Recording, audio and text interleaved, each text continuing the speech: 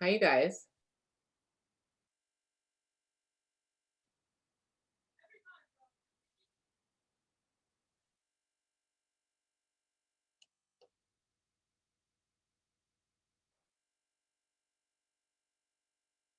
Hello. Hello. How you guys doing? Okay, tired.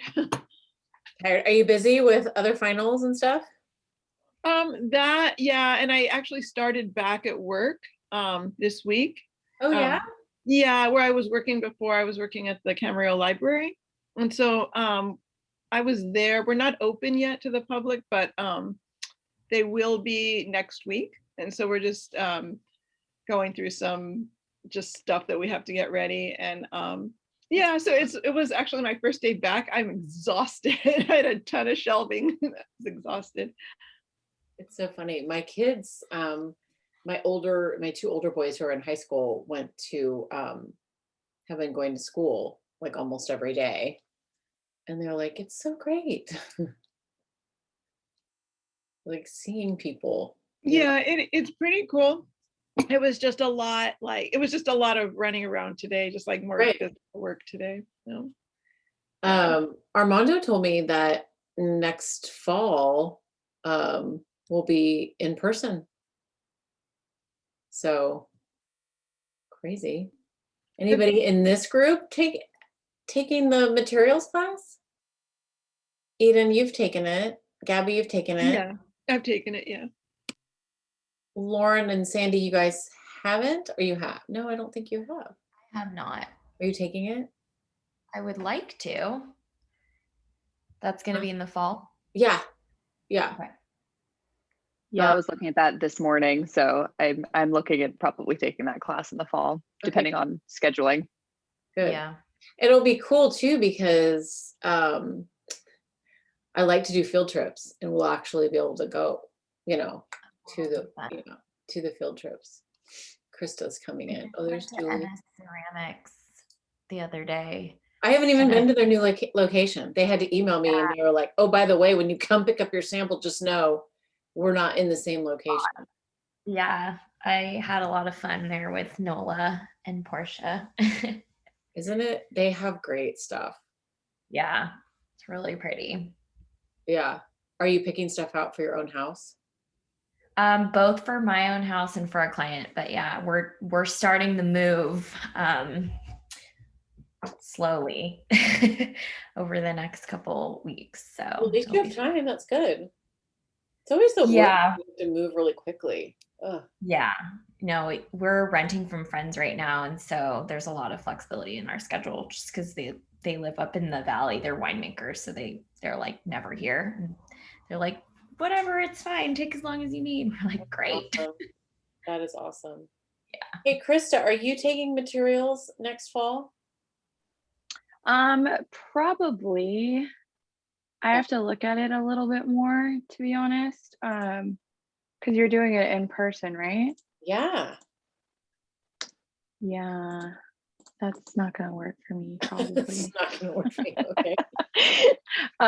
Yeah, I'm moving really soon, so. Oh, you are? Yeah. So I'll be in LA. Okay. But that's, yeah. I mean, it's kind of crazy now that we've done things virtually. It's almost like we could just kind of, in a way, continue virtually, but I know that teachers have a problem doing both.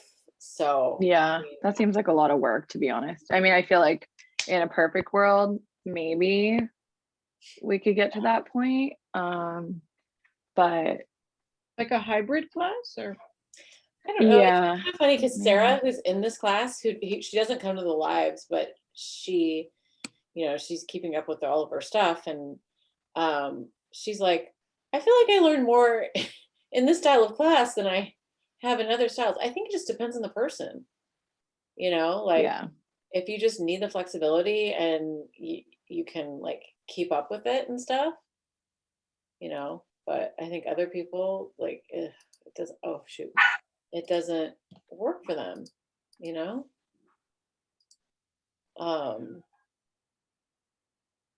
I mean, I for one I took like a independent when I was like a sophomore in college. I took like an independent psychology class, but the material was so dense and there was so much of it and so much reading that I kind of hated it because it was, and the tests, like there was very little room for error. I mean, it's a science, like it's either right or it's wrong. Um, Whereas, there's stuff to learn in design, but there's always ways you can figure it out um, in the field and ask questions. Anyways, those of you who can take it, that would be fun. And then, Gabby, are you almost done, or how much more? I think I have a year left because there's a couple of, there's more drafting that I need to take, and then I think the kitchen or the Kitchen and bath. Yeah, and I think there's a couple other classes. But I took 2 in the fall and then 4 this semester. So I think I'm just gonna do little by little next coming up, because this 4 classes was a lot. Yeah, I would think so. Right.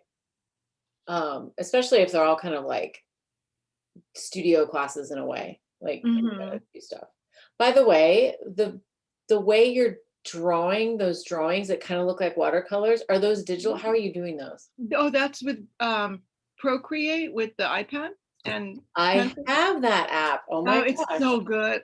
I love that app. Okay. I don't Yeah. use that very often. It works similar to Photoshop with layers. So that's how I was able to trace the furniture for some of them. And the watercolors is just a different pen tool, a different pen setting, and they have the colors that you could pick and the opacity. Right. Yeah. I was actually like sketching something out for a guy who's building some cabinetry for me. And I was kind of sketching it out and I was coloring it in, and I was like, this is so fun. I'm like, I need to definitely like do this more often. So that's fun. I think I'm going to design more pieces. I'm looking for a space to have a studio like downtown. That's kind of like a studio, a place I can work and have an office and have it be like cute and like designed. And then also have it be kind of like a soft retail space where it could start out as being sort of like a by appointment only, and like have pieces that I have made in there that's of my own design that I could sell and or make more of. Yeah. I just think That's great. I'm ready to like break out into the world. Do it. I'm just like like in my garage, I need to not be. I think it's a great time for interiors because people are paying a lot more attention to their space than they were before 2020, Yeah, for sure. Well, this is our last like lecture. I mean, I have a lot to lecture, but it's the last one. So next week we'll do presentations, and I imagine that you guys will just tune in, do presentations, or like a version of this group, right? Hopefully. So that won't take too long. And honestly, the whole 5-minute thing doesn't really apply. I was telling people, just a 5-minute, but it'll be kind of fun to have a little bit of a smaller group, because then we can slow it down, ask questions, stuff like that. And Madison's not here, which is interesting. I know she's doing Florence Knoll, and I have a little bit to share on Florence Knoll, but I don't want to share too much. But I'll just share what I have. Anyway, so I'm going to share my screen. We left off last week on basically in international style. And now I want to gonna move into Art Deco. Everybody, can you see my screen? It's got the Art Deco. Yep. I have a really fun video to show you at the end. It's about Miami, Art Deco style in Miami. And for those of you who may have been to Miami, any of you been to Miami Beach? Yeah, I have. Who said yes? Krista. Oh, it's fun, right? It's different. Yeah. The architecture you'll see in the video, but it's really cool, and you feel like you're in a different in a different world, really. Anyway, so Art Deco, yet another exhibition in Paris, to push the style world forward, right, into the future.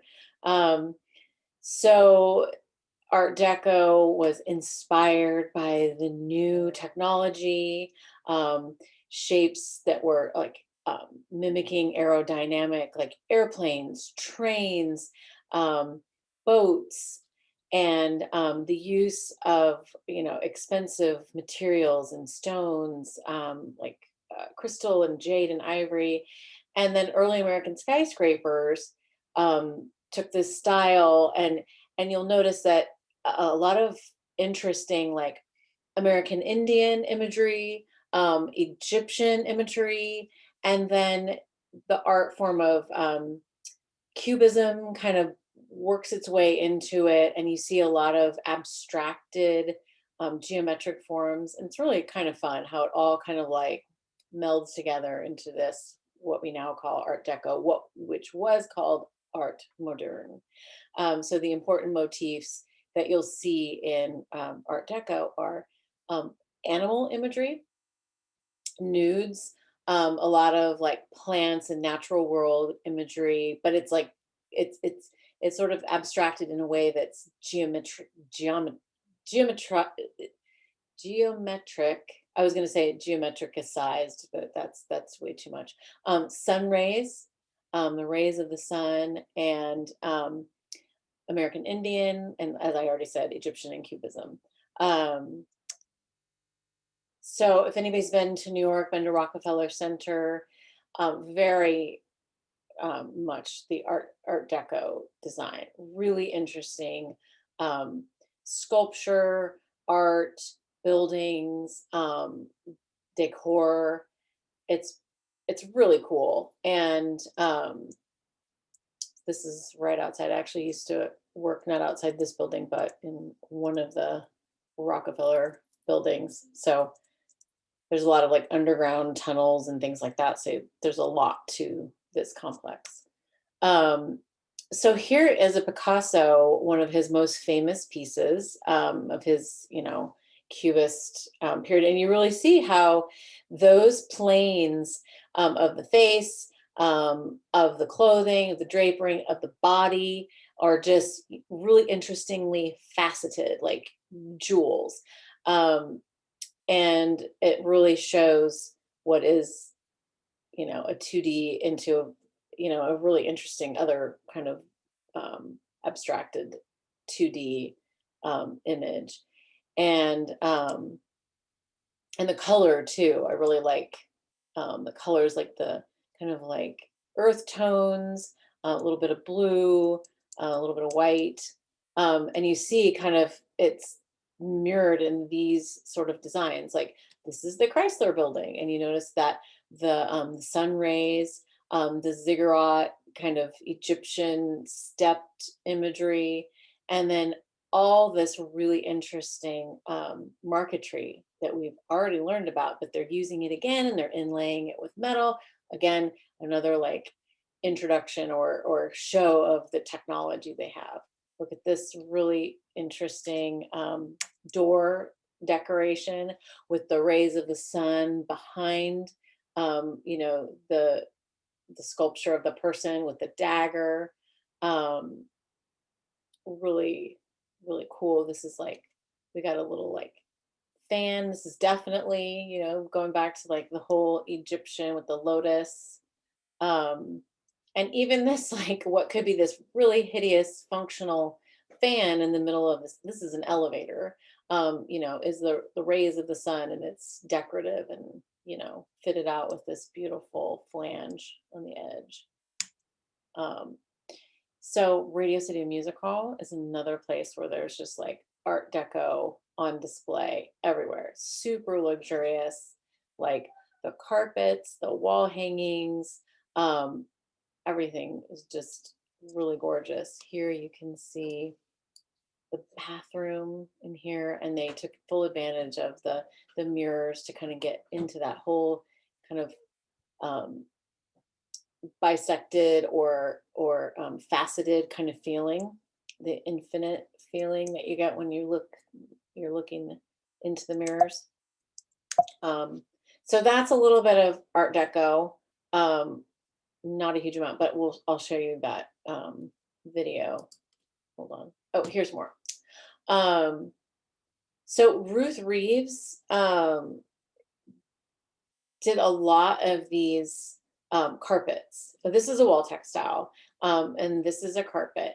And so basically what she did was she understood what was going to be going on, and then it was going to be like a place for like musical reviews, plays, all kinds of different culture happening. So she basically created like an abstracted design.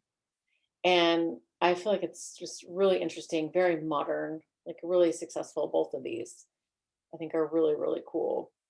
This is in the lobby.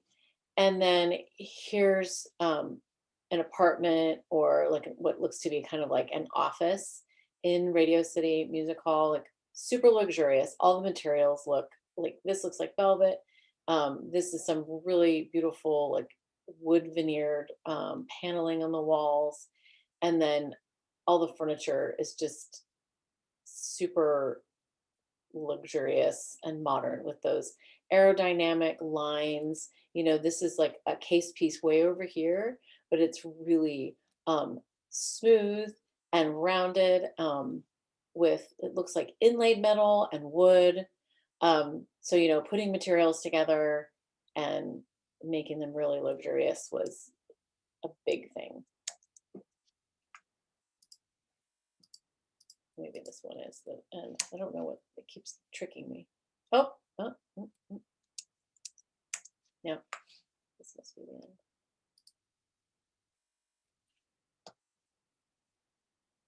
Anyway, I feel like in some ways, many things about Art Deco are starting to kind of come back. I feel like for a while, mid-century modern was really becoming popular. Maybe it's because of Mad Men, but I never felt like it was the orangey mid-century modern that people were really gravitating towards. I feel like it was more like the architecture, sort of the feeling of the spareness, and the relief of just having that kind of spare, calming effect. And now I feel like the modern lines and the ideas that are coming into style now are the more sort of French or Italian art moderne. So it's not as like full force as like Radio City Music Hall or anything like that, but the things are like a little bit softer. The lines are a little bit rounded, the chairs, and it kind of can be seen in terms of the late 60s, 70s kind of feeling. I don't know if that makes sense, but it's really interesting how sort of styles kind of go through like a filter, and then they come back and forth and the pendulum swings. Okay, so I'm gonna go to my photo.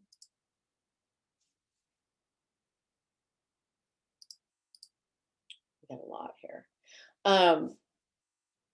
So then as the 20s are coming to an end, I think we all know that what happens in the world makes a big difference with what happens in design. And the stock market crashed, and we went into an economic depression, which, you know, caused millions to be unemployed.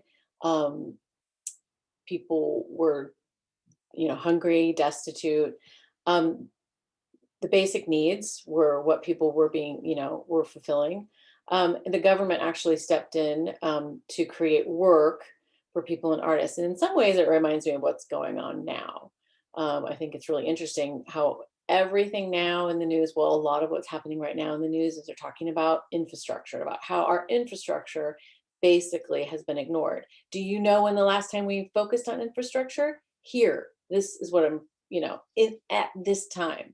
So it has been a very long time since the whole United States has actually set forth on a mission to improve the infrastructure. Now, there's here and there regionally, states can do their own thing, but when you think about highways, bridges, just main improvements in the infrastructure of the United States, and we're talking also power and changing over to less dependence on fossil fuels, which is as we all know, like long overdue, right? So these are things that we're sort of kind of stepping back into this same kind of feeling, which I think is really interesting, especially for what we're studying now and thinking now about where does design go? Are we going to go into a more are we more utilitarian? Are we going into a more like art moderne, like more luxurious place in terms of design, or is there kind of like a middle ground? So I'm really interested in seeing like what what's going to happen. Anyway, so a lot of work was done and a lot of art was made, and things were just generally beautification was valued. I'm not so sure that's the same.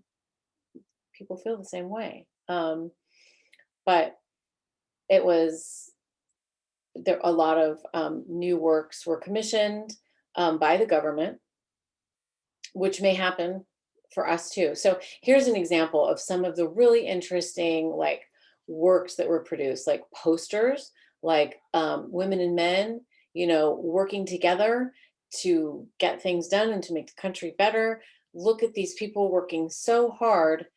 Notice they're all white and they're men, working so hard, to get this country back, back together. And,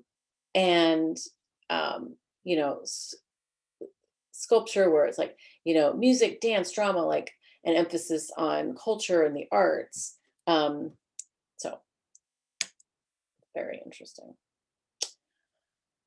So America had a academy as well that mirrored the Bauhaus, and it was called it's still a school, Cranbrook Academy of Art and Design.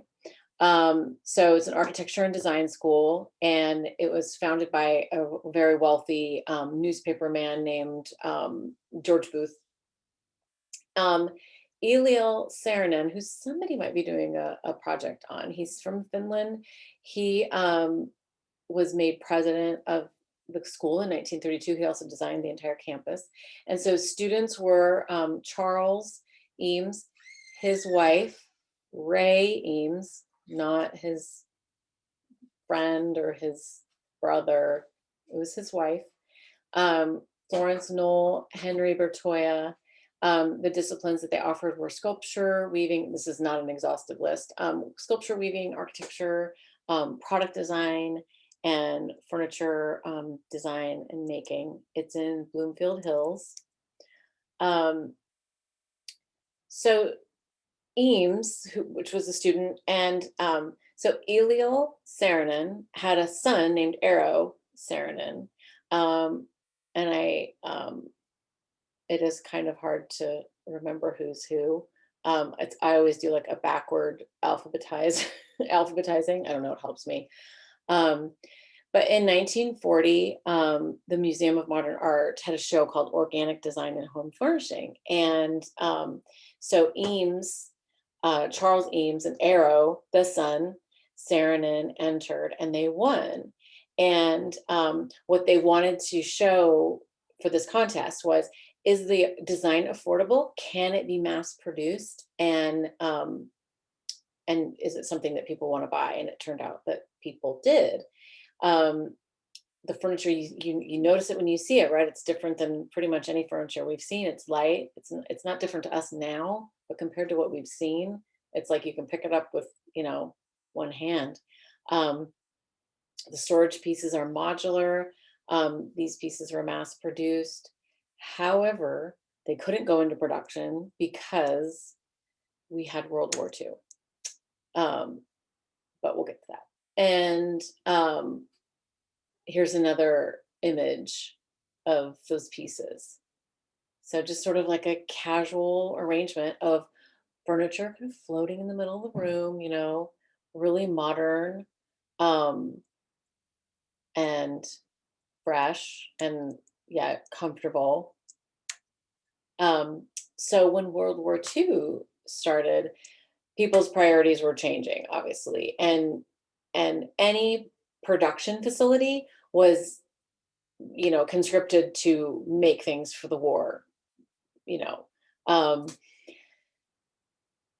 everything, wood had to go, metal was making, bullets or arms or things like that. So, and then all logistics, transportation, manufacturing was all tied up with the war. So the good news about the war was that the economy was jump started, and the economy was still, lagging after the Great Depression. So this really pushed everybody up, in terms of like economic status. And then the fact that they had to get creative with making things for the war allowed for new technologies for making things for the home. So Charles and Ray Eames, they did some interesting things. They learned how to do like bent wood furniture. And so these are like plywood, bent plywood chairs. But the way they learned how to do it was because they were making leg splints for injured soldiers, which I think is fascinating. And the Eames and the Saarinen designs that they designed and won for their competition are still produced. So just to give you an example, and actually I priced this out probably like a year and a half ago, so it could be even higher, but here's one of the storage units. And you'll notice how similar, or how it reminds you of the Mondrian color blocking. That was, still very influential. And I think it's really interesting how all the materials are on display. Nobody's trying to hide anything. Nobody's trying to cover up the screws or anything like that. It's all part of the design. And then this marble table, still made. I purchased one last year for a client. This one's about $8,700. It really does depend on what you get for the pedestal and what you get for the top. But those are great. These executive side chairs and or armchairs, super comfortable chairs. Even these, even though they're hard and they're wood, because of the way they're shaped, the ergonomic and the slight raking, super comfortable. I think really cool looking chairs. And then everyone loves these, the lounge chairs. These are Eames. I think you can sleep in these. They're so great. This womb chair I've always really loved. So Saarinen did this. I think it's really elegant, cool. And now you can buy them leather, wool. You can buy the legs, different colors. They're really cool. So then post-war, there's a big economic boom, and there was a housing shortage, and people needed to build. So they built all these neighborhoods, and suburbia was basically invented. The mortgages, they're giving mortgages to GIs, and don't forget there's also the GI Bill, so you can go to school. So people's economic status like really just shot up. And then so here's a picture of those tract homes, those suburban. This is Colorado Springs. And who doesn't love cul-de-sacs? I do love a cul-de-sac. Here's another really interesting thing. So case study houses, And I actually have the book. There's a book, and it's really interesting. So Arts and Architecture magazine, they had a program for designers to submit their affordable design housing idea or design that could be easily duplicated with materials that were, people were using, new technology, old technology, whatever. So it's like, concrete, glass, steel. So they commissioned 36 dwellings, not all of them, but a lot of them are in California. So some can be like visited or, driven by or whatever. And they could not exceed a specified budget. And this is basically like the origin of the California ranch style. So this is a Neutra. This is a Richard Neutra house. And I think this is just a really nice design. I just really like the breezeway. I like this outdoor feeling. I like these big glass windows. I mean, who doesn't like this? It's really cool. Now, are they necessarily something that can be built now? A lot of them, it's hard to get them built. They're expensive. The glass isn't really to code the way it's, so thin. And so it's difficult now, but if you get one, like everybody's seen this photo of this one in the Hollywood Hills, like this, it's hard to engineer it for earthquakes. There's just a lot of like issues with these houses, but they're really cool.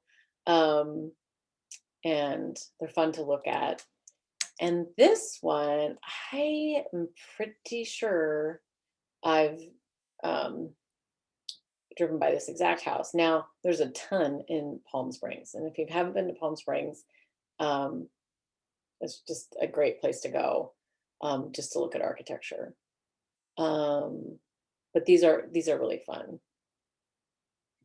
The carport, the flat roof, the little pilates are very like defining characteristics of those houses. The very special like windows, the clerestory windows up high, definitely. And these butterfly roofs are basically a Palm Springs specialty for the Alexander homes. Flat roofs are, as we talked about, or I said in my lecture last week, not great for places that get snow, obviously.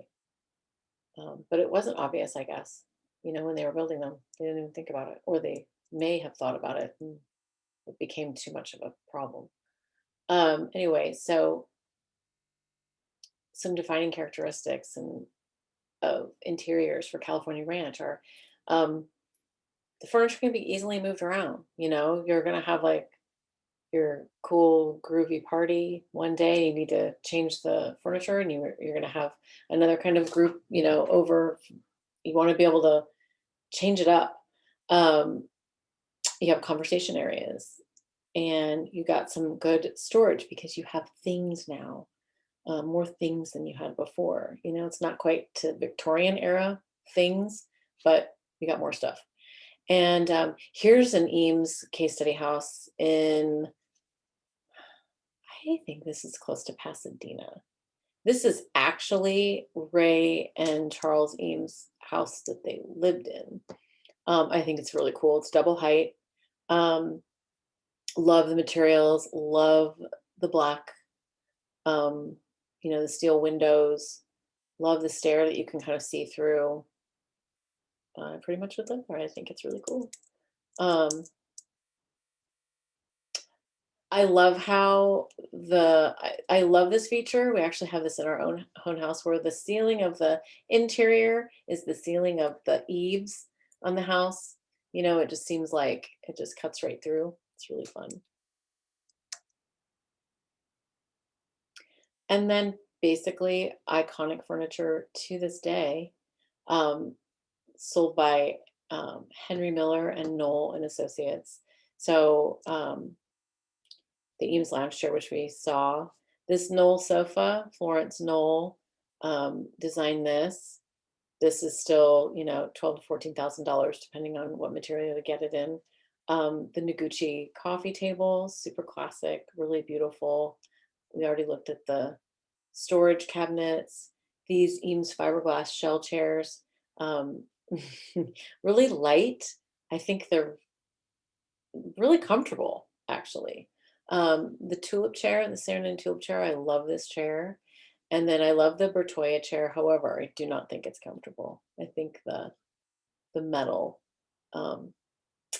makes it not so comfortable. It's a little better with a pad, but I think it looks cool, but I don't think it's that comfortable.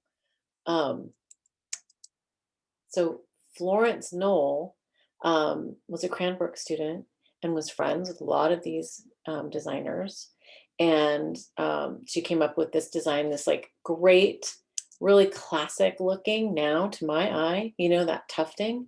But it's, you know, utilitarian yet luxurious. I think it's really hard to kind of get those two together, but I feel like she did it. And, you know, she was quite a, you know, talented furniture designer. She worked with her husband, Hans. They began Knoll Associates, and they had an interiors and furniture company. And they did tons of offices. She she ran the company herself. I mean, she's, you know, really amazing. And like, look at this interior that she no doubt did herself. This like beautiful screen with this art. Like, she just had a sense of like space and how to break that space up, and she's really good with offices. And I mean, our present day offices wouldn't look the way they look, the good ones, without you know, her eye. And I am just in love with this little sketch. This is a little sketch she did. It's a collage sketch. So she would just kind of get a piece of paper. This looks like a piece of trace paper, quite honestly, that she ripped, you know, off of a roll. And then she just started like black marker. Okay, we're going to do a wall here. We're going to paint this wall black. We're going to have this great, you know, sculpture. And we're going to do this credenza here, but we're going to put a caning, you know, a texture, and then we're going to do a texture on these. Like, she applies the texture here. She applies all the color. She does the color here and the texture on the floor, and then she collages some seats here. And then look at the finished product. It's literally exactly the way she had planned it. Like, she's missing the phone, maybe. Oh, yeah, she's missing the phone in her sketch, but she's basically got the natural element here. She just placed it over here. I don't see a sculpture, but she probably thought the painting was better. But she's got this leather here. She's got the dark chair. She's got the swooping line. She knew exactly how she wanted that desk to be. It's really cool little sketch. And then notice here, another kind of homage to the Mondrian sort of color blocking. But I think it's really successful. I really like the way it pulls you in. You know, these chairs, the Mies van der Rohe chairs, the Barcelona chairs, those are really great. And then the red kind of pulls you back. And then you've got all these other color blocking, and it's diagonal. Just looks cool. Like, that looks like a cool office. And inviting. Look at these collages. I mean, it's very inspiring because it makes you feel like, well, I don't really have to, it doesn't have to be perfect. It just looks really evocative of an atmosphere and of a place. And she does all these little doodles, you know, she's like, map, and she tapes it up. And then she's got a list here where she's like, sculpture or cabinet, gallery. It's like on a file folder too. Yes, I know. She's just like, I need a piece of paper where I can't find it. So, you know, I'm just gonna write it on here, you know, but it like gets a job done. And I love this little plan, how she takes it, and she's really concerned about where that POV is going to be, where you're going to be standing and what you're going to be seeing. And this is what you're going to see, you know, and how you want to kind of create a vignette and a moment. And it's like, I firmly believe that no elevation should look ugly, even if it's plain. Even if you're just pulling up the walls and you're gonna be like a furniture, like you're gonna put your furniture in there. Like if it looks ugly, it's your fault. So like when you're building elevations, like creating even just plain elevations, making sure something's interesting about them. And I really think this illustrates why you want to do that, because she could just be like, oh, here's the wall. Whoop-de-doo. You know, but she establishes like the texture, the living thing, the art, what's going on the walls. You know, she doesn't leave the client any questions asked. It's like, oh, I get it. I'm there. Sold. Okay, are these like cigarette butts? I'm just now realizing that she's like, this is my ashtray. Brass for alone, white and yellow. I gotta order white and yellow flowers. Curtain. Check rug condition. Oh yeah, 2 or 3 brass ashtrays. That's good. So lists and doodles. Highly recommend. Okay, so now as we move out of the, you know, mid-century modern, we're kind of in pop space influenced modern, which is, you know, more technology, you know, more utility. So like the Panton chair, I really love it. There's some people sell it in wicker now, which I think is really kind of cool. The Aero Arneo did the ball chair, which I think is really cool. It spins. It's really cool for kids. It's really cool for hotels. It's great for phone calls because it deadens the space and it's private and it's like cozy. The LAX Encounter restaurant, which I don't even know if it's been open, but it hasn't been open in like a really long time. It's pretty cool. The Sputnik chandelier, which everybody sells, you know, a version of it. This is a stackable chair by Joe Colombo. I believe these are still made. So this is injectable poly and really easy to make. Depending on what place you buy it from, it's inexpensive. And then we've got Andy Warhol's portraits of, you know, kitschy pop culture things. Postmodern, I think, is really, really interesting. So it's like all of these designers really didn't want to be looking at history. They wanted to be moving forward, right? They didn't mind taking things from like Art Nouveau or De Style over here and bringing them into their world. But they really did not want to be accused of, you know, historicism or anything. However, postmodern wanted to take history and bring it into what was then considered to be ultra modern. So we've got Alessandro Mendini and his Proust chair. So this is just, you know, an exploded, you know, sort of take on a historical looking chair, right? A Baroque chair. And then, but also it had, you know, impressionistic sort of painterly design on it.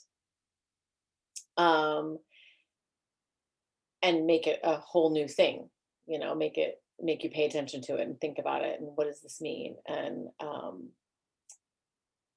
Proust wrote remembrance of things past, so then it's very, you know, meta sort of. Ettore Satsas, I love his work, and I think all of the Memphis group's work is really, really interesting. I love these glass pieces. I love the bright colors, and you know, maybe I'm just really into that. Like it's very like optimistic and exciting to look at. It's very beautiful, especially in a collection. Michael Graves is a really interesting designer, and he was really big, like early in the 2000s. He is no longer living. But he's like an architect. He did this house. He did these tea kettles for both Alessi, which is an Italian product company, and also for Target, which I probably should have bought, but never did. I have the Alessi one, but I don't have the Target one. Um, and then Philippe Stark, who has done he's done a lot of like products. He's done a lot of like furniture, some really interesting furniture, some really interesting hotel design, just like sort of designing an ambiance in hotels. Um, so he has a really interesting point of view. And this is Venturi. So if you look at both these pieces, or both of these houses, I guess they are houses, you can kind of see, this is sort of a Romanesque, an homage to like Romanesque. And then these really interesting like windows that would have been, on a Gothic cathedral would have been a rose window, but there's three of them, and that flatness of the facade. And there's no columns or anything like that, but it's very there's a flatness to it. There's definitely a modernity to it. And then this Venturi house, I think it's really interesting how we were seeing pediments, on a building, and then we saw furniture with broken pediments. And so this is sort of like an homage to that, but yet we see, remember the ribbon windows in the international style. So this, so harkening back to the ribbon windows, and then just sort of like oddly, oddly placed, like small windows, but this overall shape is just really pulling in like a pediment feeling and a broken pediment. I think it's interesting in that sort of historic, but you can see there's some sort of glass, possibly like a mezzanine or something like that up there. And instead of, a header or any kind of like eyebrow or trim over this door, it's just appears to be a line. So a color difference. So I think it's really interesting. Do I want to buy that house? I don't know. I don't know. Anyway, this is the Memphis group. This is this is like a shelf here, but just pulling in all kinds of different themes, Egyptian, all kinds of really interesting materials and colors. And this was a group, of creatives that came together, and they were inspired by Art Deco and, space age and pop art and all kinds of things. Tons of like statement pieces. Here's more Philippe Stark. So Philippe Stark, this is the Paramount Hotel. And what he was good at is creating a sort of like cool vibe. And I think he's still doing it, creating a cool vibe. And it didn't cost a lot of money. So, this huge painting is the headboard, but maybe the flooring is, could even be linoleum, just colored linoleum. And look at these walls. This is nothing special on this wall. There's no fabulous wallpaper. There's no veneering or paneling of the walls. And it's just super simple, but the size, the scale, everything gets played with, which makes it look dramatic and, really kind of interesting. And then there's a couple, different interesting like materials. Like this looks like a stone. They did some texture, with the bed. So he's really interesting. He did the Louis Ghost chair. This is just injected polycarbonate, different colors. This is a really cool chair. It's actually very comfortable. I did this for a dining room actually in Palm Springs. And we did a gold dining table, and we did clear perfectly clear chairs like these. It was pretty cool. Okay, so this Etruscan table, we're like going all the way back, right, to Roman, with the animal feet. This John Dickinson piece, they're made of plaster, so they're heavy. I was at the Rose Bowl flea market and I saw one of these and I was like, oh, how much is that? And he was like 4,000. So there was no bargain to be had there. I mean, maybe he thought it was a bargain. So some really interesting contemporary art and architecture and things. So I'm not sure if everybody has heard of Zaha Hadid. She no longer is living. And I think her work is amazing. Like if you're interested in, learning about like an architect that is a genius and that has amazing forms, just, take a look at her work. It's super stunning. She's a really interesting person and she went really far in her career, and it's too bad that she passed away. They mentioned her in the Islamic art and architecture class too, a little bit. Yeah. Because there's like some mosques that she did, like, I don't know if they've made any of them, but there was like mock-ups of them that were really cool. Like unbuilt architecture. Yeah, because there's a ton of stuff that she designed. She won a lot of things, Yeah. based on designs.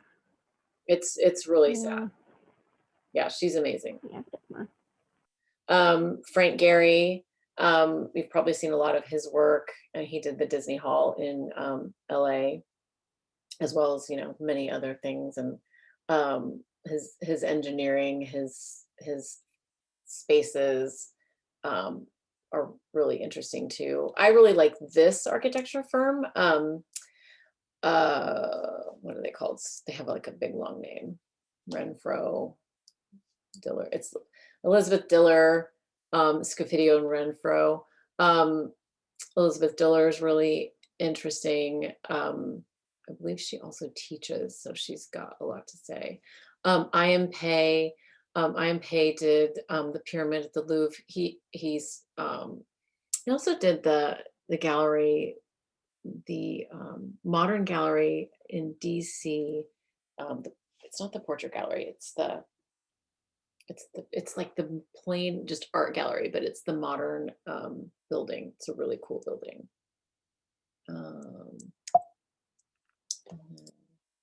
Okay, so this is Saarinen. This is Aero Saarinen, the TWA terminal. I think it's amazing. Just gorgeous, really cool forms, amazing engineering. Not unlike the womb chair. I mean, just the lines are really, really cool. He also did the arch in St. Louis, which is also gorgeous, amazing.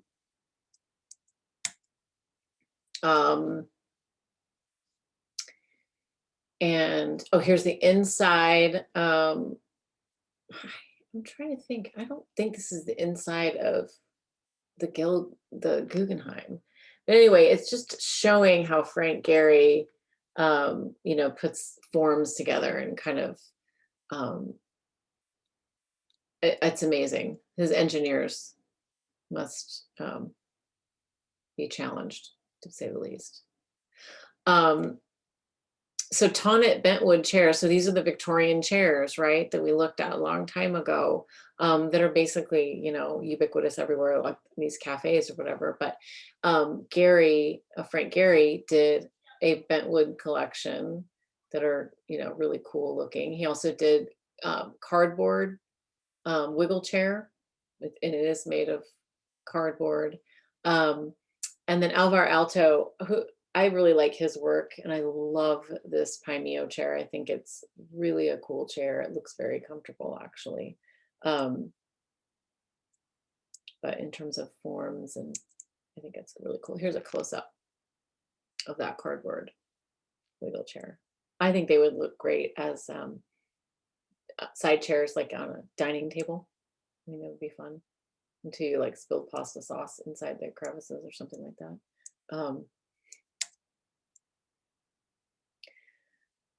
anyway, some more like modern designers. And actually I should put in, I have Kelly Worsler down here, but her work on Santa Monica Proper Hotel is really cool. And if you haven't seen it, or if you haven't seen any pictures, or if you don't follow her on Instagram, I encourage you to look at her work. She's definitely like tapping into that whole like Art Deco meets 70s kind of comfy, cozy vibe, but beautiful colors. I really like her use of color. I like her use of stone. I really like Delphine Krakoff. I think she's a super sophisticated eye. I think she mixes things really well. And whenever I'm having trouble like visualizing, well, how will that look? You know, how will like a really antique piece look with a, you know, really modern piece? And then I'll just look at something of hers and I'll be like, it'll be fine. Ken Folk, he's is he in California? Yeah, he's in San Francisco. Yeah. He's just sort of a cool designer that you can't really predict what he's going to do. I think his stuff is really cool. Yeah. And then, you know, David Hicks is really classic. He's no longer living, but his I believe his son Ashley Hicks is the one that does the videos that I really like to watch. So he's fun to watch on Instagram. But anyway, you notice that if you remember Robert Adam, when we looked through Robert Adam, he was the British architect, interior designer, just very like disciplined with his color and use of symmetry, and just placement of things, like fine like curation of things. I think this is extremely similar to that. And I think sometimes, you know, Kelly Worsler does a little bit of that too. Just like playing with scale and using objects, you know, to create that kind of effect. I think that's it. So I'm going to show you, I'm going to turn off. Hold on. I've learned my lesson. I have to turn off recording. Why can't I do that?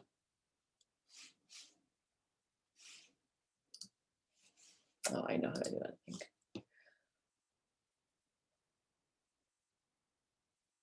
About our process. Okay, say that again, Julie, because I just turned the recording on, just so people who watch it back can listen over. Yeah.